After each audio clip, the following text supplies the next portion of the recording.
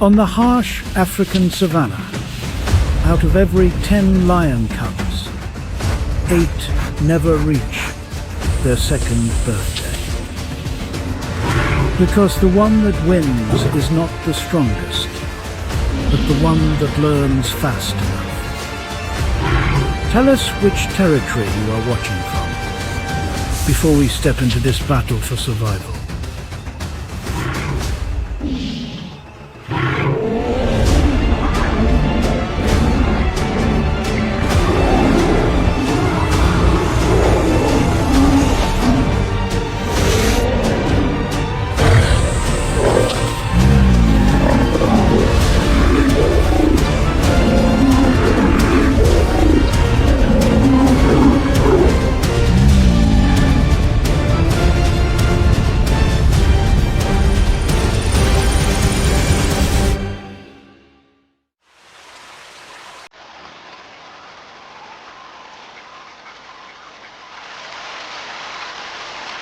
October in South Luangwa is the peak of the dry season, when temperatures can reach 45 degrees Celsius and water grows scarcer by the day.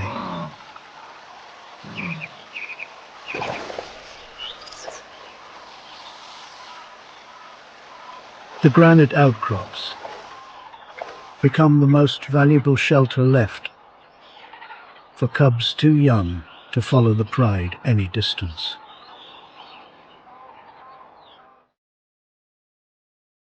The roar of the whole pride carries almost 8 kilometers, far enough to call scattered members home,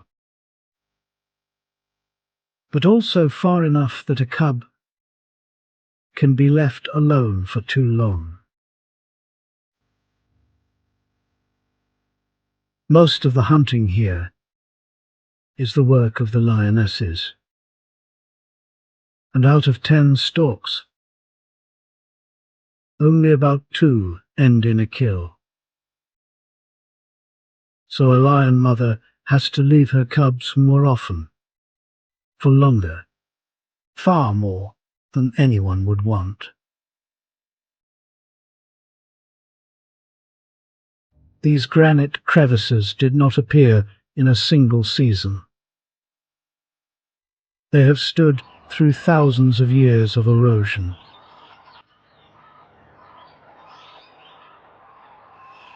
Holding heat more slowly than sand and open ground.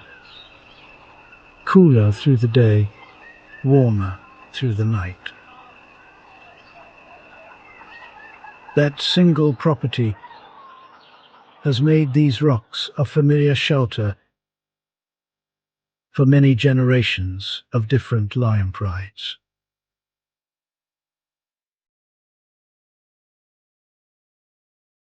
On a morning like this, the distance between safety and danger is measured in minutes.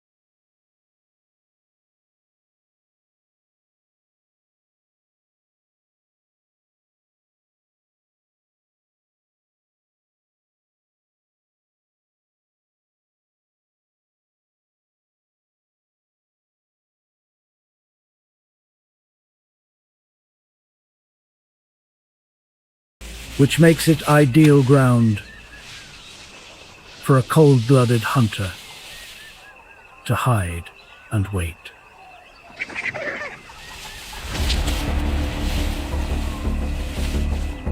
Most lion cubs do not survive their first year. They are simply too fragile against the predators of the savanna. And yet, the python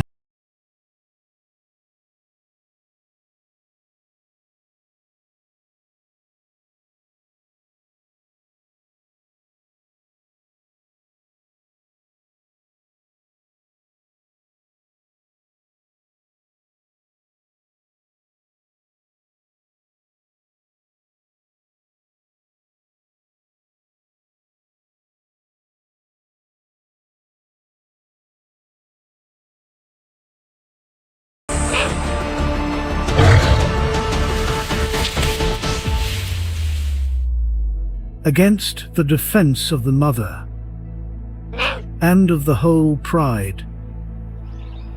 The python will never be able to return to this ground again. The granite crevice has more than one resident. While the python uses the heat-holding rock to hunt without moving at all, the rock hyrax shelters in the narrowest cracks to escape the hardest sun of the day.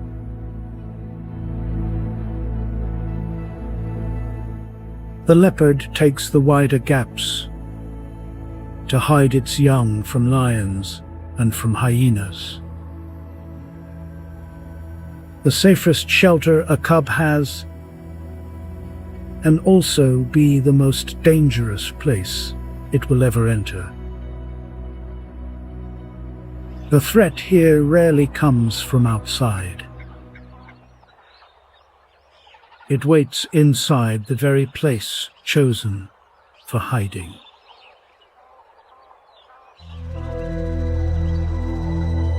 After that ambush, the pride leaves the most dangerous ground behind. But the Luanwa dry season still has other problems waiting. Nowhere else in this region carries a higher leopard density than the ground around these rocks. Unlike the lion, the leopard hunts alone and shares its kill with no one.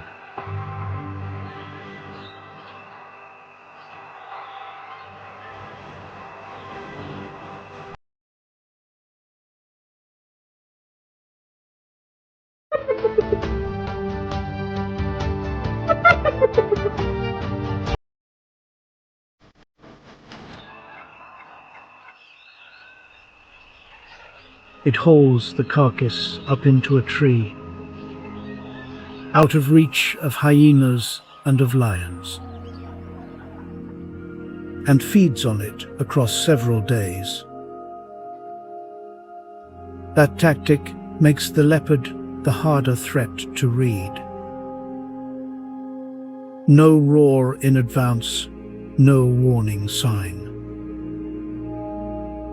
A lion's eye is 8 times more sensitive to light than ours, because close to 75% of the hunting here happens in darkness. Night is the real working hour for the hunter and for the hunted.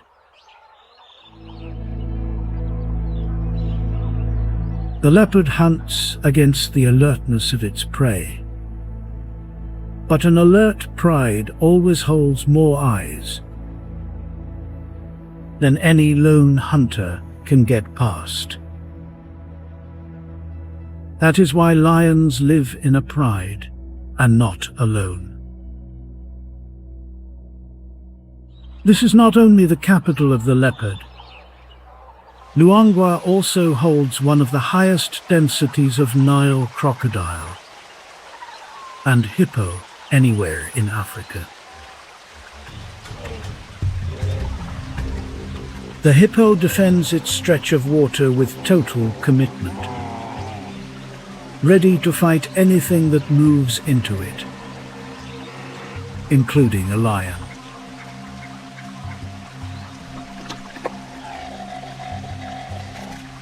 The crocodile takes the water's edge for its ambush,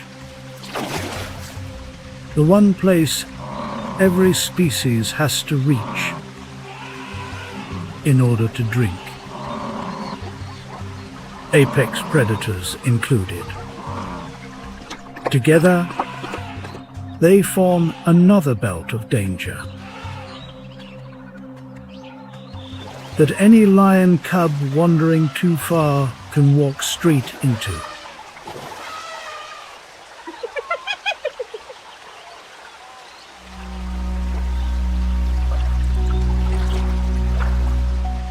A spotted hyena clan, led by a dominant female, can number more than 24 animals, with jaws strong enough to work through the largest bones. For a lion cub separated from the pride, that number is more dangerous than any single strike.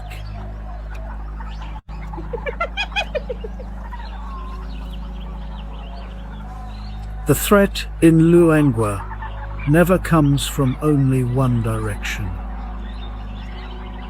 If the pride cannot stay close at all times, what actually keeps a lion cub alive? The strength of the pride,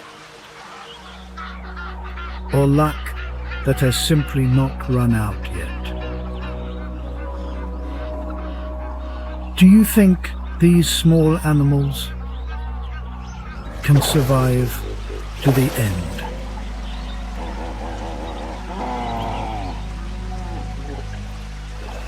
Tell us in the comments, and stay with this survival journey as it unfolds.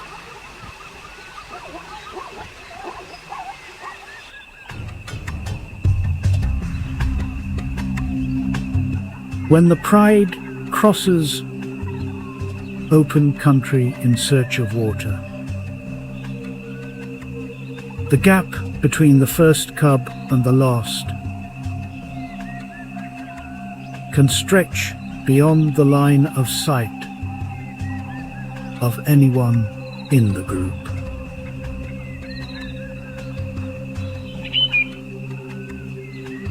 And when the lionesses have to hunt, the cubs are often left under the watch of a single adult.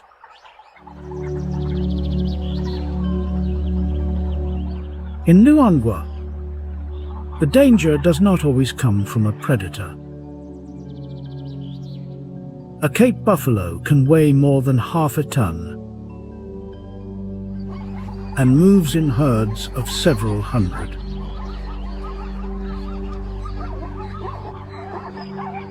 The lion is one of the few predators able to hunt them. And the buffalo remember that for a very long time. A buffalo herd usually does not run from a lion.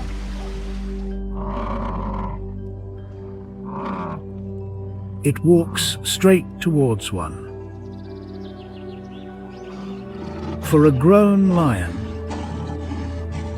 the Cape buffalo is a risk to be weighed. For a lion cub, that weight is something no defense can answer.